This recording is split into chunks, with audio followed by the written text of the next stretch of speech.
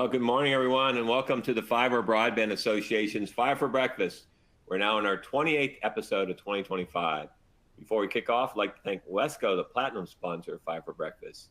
You know, in Washington, Congress passed the One Big Beautiful Bill Act, which was signed into law by President Trump on July 4th.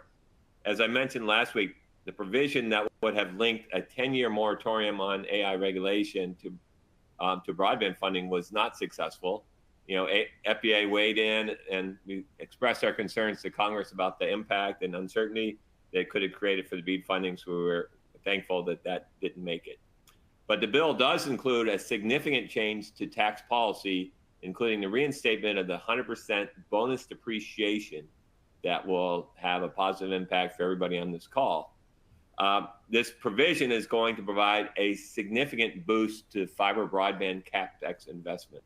You know, yesterday, AT&T announced plans to accelerate fiber deployment to an additional 1 million locations annually starting in 2026 as a result of the One Big Beautiful Bill Act provisions. UBS investment analyst John Podek's analysis reveals that AT&T and Verizon should each see about $2.9 billion in tax benefits and free cash flow in 2026. And around $3.7 billion in 2027. That's expected to be invested in CapEx spending. Comcast's free cash flow should be about 1.9 billion in free cash flow, and Charter should see about 1.4 billion in 2026, and Comcast should see about 2.4 billion, and Charter 1.6 billion in 2027, providing free cash flow that can be used for upgrading their legacy networks to fiber. You know, so broadband operators around the country will benefit from bonus depreciation, providing an annual free cash flow benefit that can be plowed into fiber CapEx investment. So this is a very significant event for private fiber investment. At the FCC last week, a draft was released for their network modernization NPRM that the commissioners will vote on later this month. So the Fiber Broadband Association is currently reviewing the draft with our members for its impact. You know, the Fiber Broadband Associations get ready to get back on the road with our regional event workshop in Anchorage, Alaska next Thursday, July 17th. So we hope to see you up there in the Great White North. After Anchorage, we'll be in Toronto in August, Spokane in September, Scottsdale in October, Kansas City in November, and then we'll finish the year in Palm Springs with our premier member meeting on December 8th and 9th. Today for Five for Breakfast, our guests are Robert Carpenter, the editor-in-chief for Underground Infrastructure Magazine, and our good friend Mike Render from RVA Market Research and Consulting to discuss the critical role of underground construction. Before I formally introduce today's guests, I'd like to introduce David Nordstrom team that's going to walk us through some housekeeping items. Thank you, Gary, and thank you everyone who's joined us today. We appreciate it. Before I go over a few logistics, we'd like to once again thank our sponsor, Fiber for Breakfast, Wesco. Now, as participants, you are in listen-only mode today. However, we will have time for questions at the end. To ask a question, please type it into the question box, which is located in the lower left-hand side of your screen. This presentation is also being recorded and will be available on FBA's website within 24 to 48 hours. And you can find that recording in the Events tab under the Fiber for Breakfast drop-down option. Finally, at the conclusion of today's presentation, you'll be prompted to complete a brief feedback survey. Please take a moment to respond. We appreciate your input. And with that, I will pass things back over to Gary to get us started. Gary? Thanks, David, and good morning. I'm Gary Bolton, the President and CEO of the Fiber Broadband Association. This week on Five for Breakfast, our guest was FCC Commissioner Ana Gomez, who gave us an inside look at the FCC now that they have a quorum with the recent addition of FCC Commissioner Olivia Trusty. You know, we're looking for strong progress from the FCC to clear the deck of outdated regulation as Chairman Carr works to streamline and simplify with a light regulatory touch. So if you missed last week's session, you can go to our website and watch the replay. Today on Five for Breakfast, our guests are our good friend Mike Render from RVA Market Research and Robert Carpenter, the editor-in-chief for Underground Infrastructure Magazine, to discuss the critical role of underground construction. So Mike Render is a recognized expert in North America fiber broadband rollout and FBA's longtime research partner. RVA is a nationally and internationally known firm with 30-year history of service to a wide range of organizations, has recently expanded research in the growing fields of 5G and smart city technology. Render's received numerous industry awards for his work in the broadband arena and for RVA's research influence on FCC policy, and is a Broadband Community's Cornerstone Award recipient. For 33 years, Robert Carpenter has served as the editor-in-chief of Underground Infrastructure magazine. So a newbie to that role, I guess, Robert. The publication has been recognized on numerous occasions for its insightful and comprehensive news coverage of underground issues, projects, and challenges. He's also the founder of the annual Underground Infrastructure Conference. Carpenter is a two-time recipient of the annual International Construction Engineering Writers Association Blog Award for Outstanding Editorial. Robert serves as an advisory board member for the Horizontal Directional Drilling Association and the Underground Construction Technology Association and the Buried Asset Management Institute internationally. Carpenter also serves on the industry advisory board for the Louisiana Tech University's Trenchless Technology Center, where he's recognized as a lifetime honorary member. He's also as a member of the University of Texas Arlington Center for Underground Infrastructure Research and Education Advisory Board. So welcome, Mike and Robert. And for our audience, please type in your questions as well, and we'll get those into the Q&A at the end. With that, I will turn it over to Mr. Render. Great. All right. Well, today we're going to talk about underground construction and how it relates to the build that we see going on. And first, let me say that both underground and aerial construction are very important to the industry. It's not just about underground, but about 60% of the construction is underground based on our surveys. When we ask consumers, what the distribution line in their area is, about 61% sit underground. In our provider survey, their estimate came out about 59%. So somewhere in that region is currently underground. And that can change based on obviously area, geography, rock conditions make it more difficult to do underground, permitting ease in different areas and so forth. And of course, the FBA is always trying to ease the full permitting and so forth. But the big challenge for everybody is the huge growth and deployment that we see. You can see in this chart how much fiber has grown. We started out, pre 14 million homes passed in pre-2010, and it gradually rose. And now we're seeing record deployment and expect record deployment in the next 5 years. There's possible constraints, workforce and so forth. There's always varying conditions. Gary talked about the new expense policy, which for depreciation, which could be positive. The BEAD changes could be a little negative. We don't know, but still fairly strong. So all in all, we still expect a very high and even possibly increasing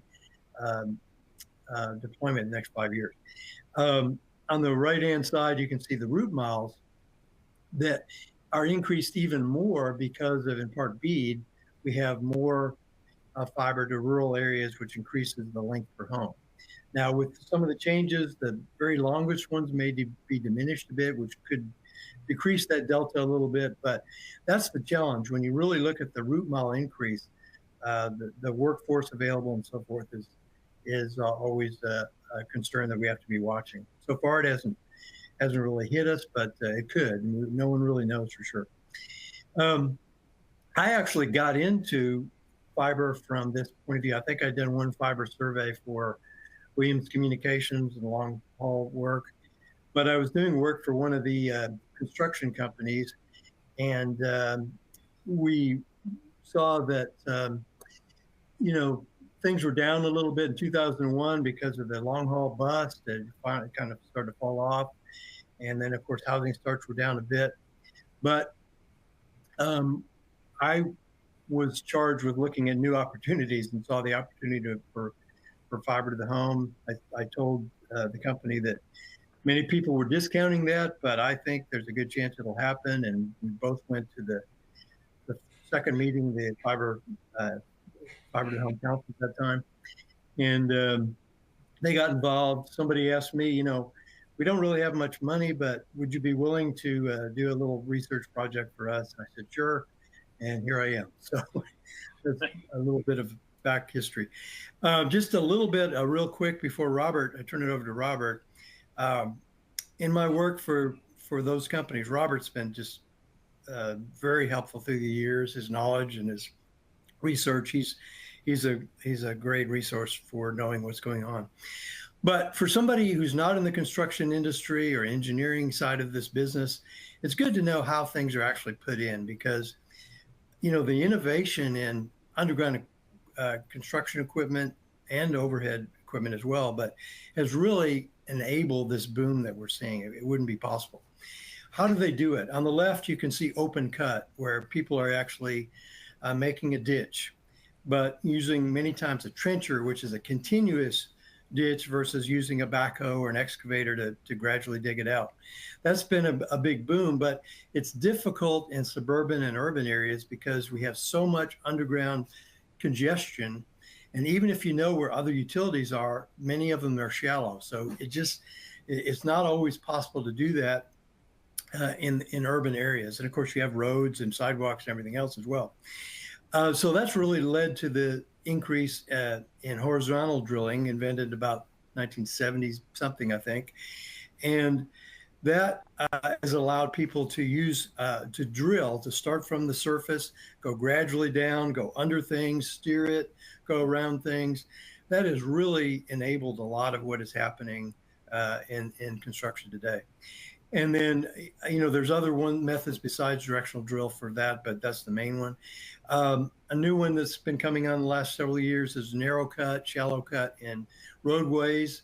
In this case, you're only making a trench, 8 inches deep, and you're putting the fiber down under the pavement and refilling it. All these, that has some downsides, but it's also very cost efficient and fast. So that's been a big boom for certain areas. So with that little primer, I'm going to turn it over to the expert in underground construction, Robert, and if you would take it from here. Thanks, Mike.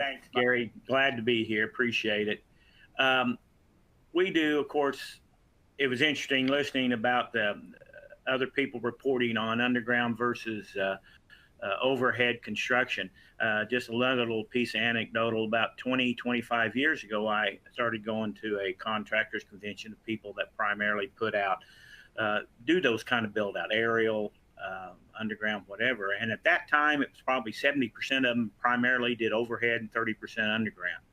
Today, that's flipped. Most of them are doing, or the majority, 65%, are doing underground, and 30%, give or take, are doing overhead. So that whole installation means and methods for not only fiber, but for things like power lines, electric lines, it's all flipped, and we'll continue to do that. The nature of the beast is simply speed and economics. And directional drilling gives you the economics to some degree. Sometimes it's more expensive, but on the smaller rig stuff, it can be a lot. It can be pretty competitive with anything, certainly compared to open cut. And the speed is undeniable. So it's a technology, some say, that was perfectly matched for installing fiber. That isn't what drove it initially, but it is what's booming it now. And so with that said, we do a research project on directional drilling because it's this, I like to call it a disruptive technology.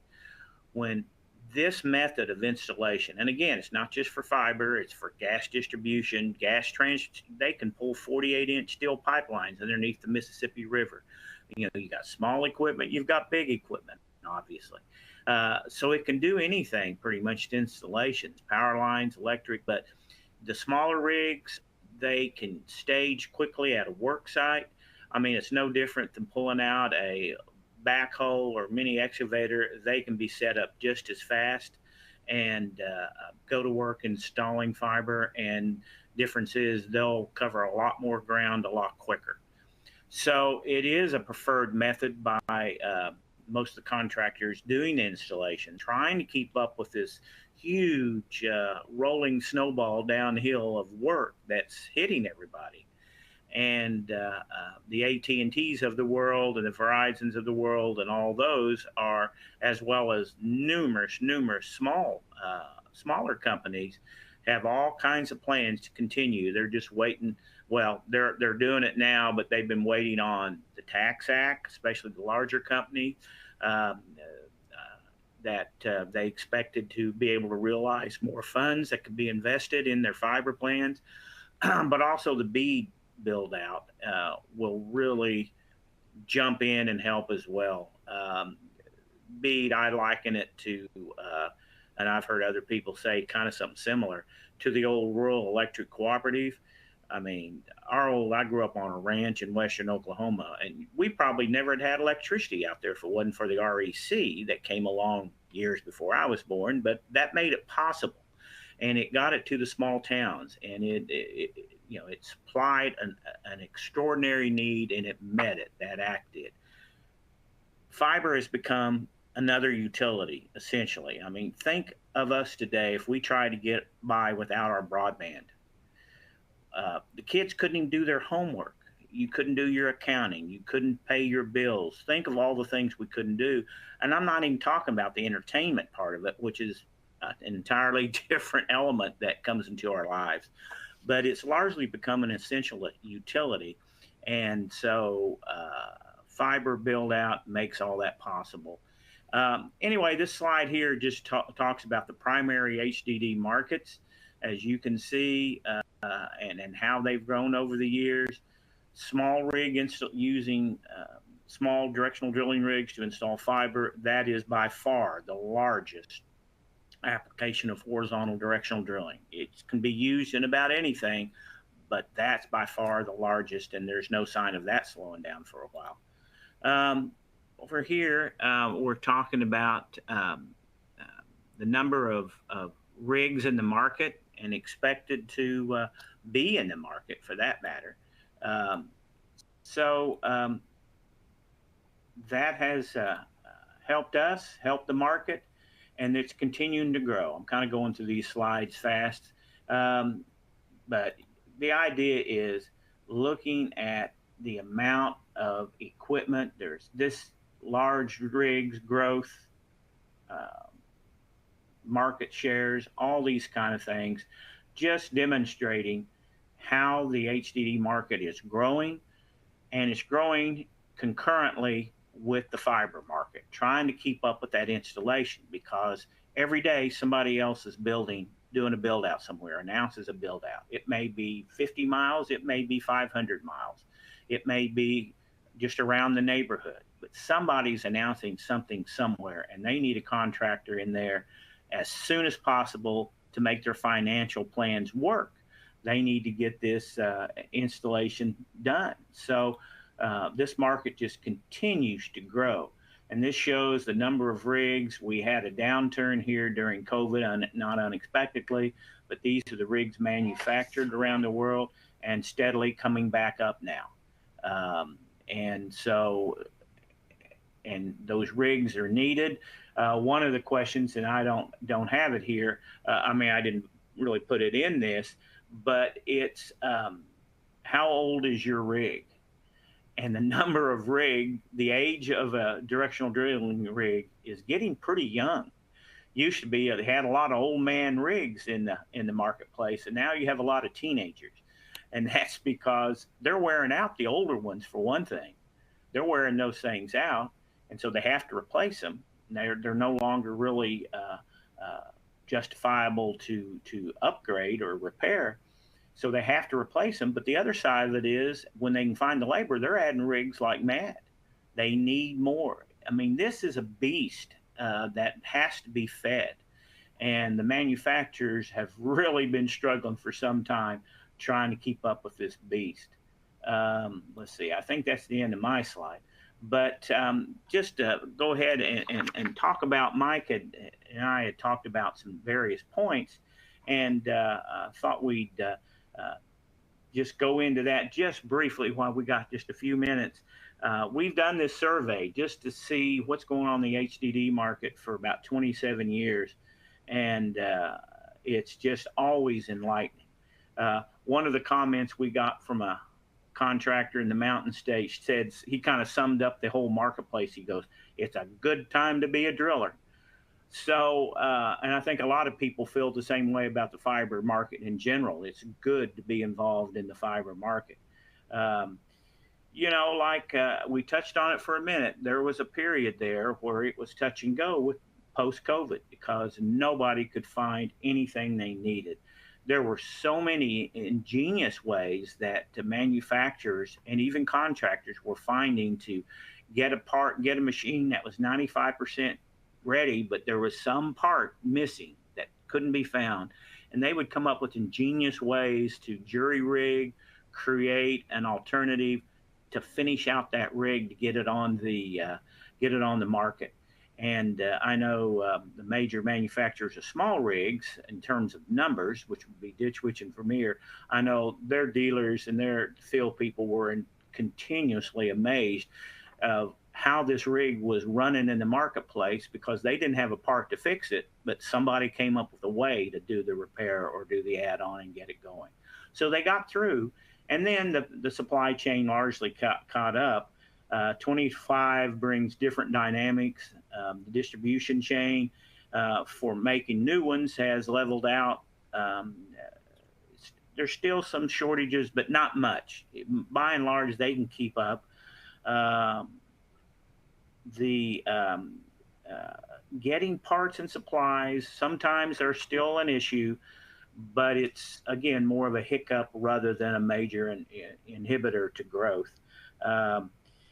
The actual fiber materials, the company, you know, putting in the line, that is, those guys are keeping up.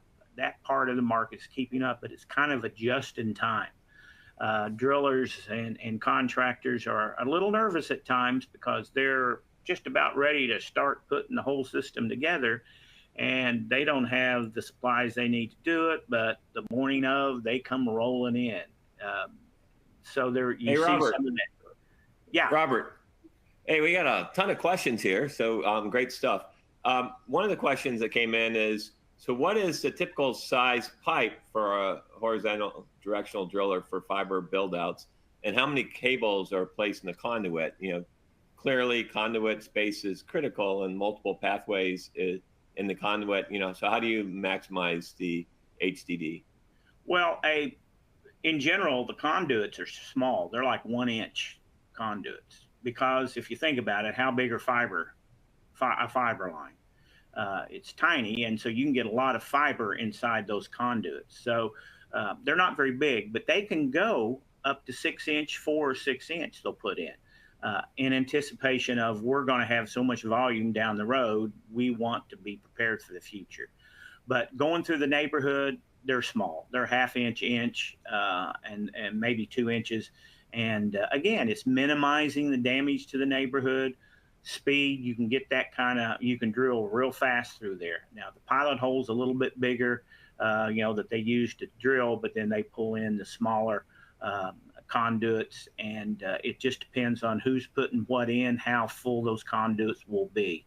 And a lot of them, AT&T is one of them. They love to have a little bit bigger hole or have more room in their conduit for future expansion. Well, there's definitely going to be no shortage of fiber to need as we get in more into AI and, you know, quantum networking and everything else that's coming down the line.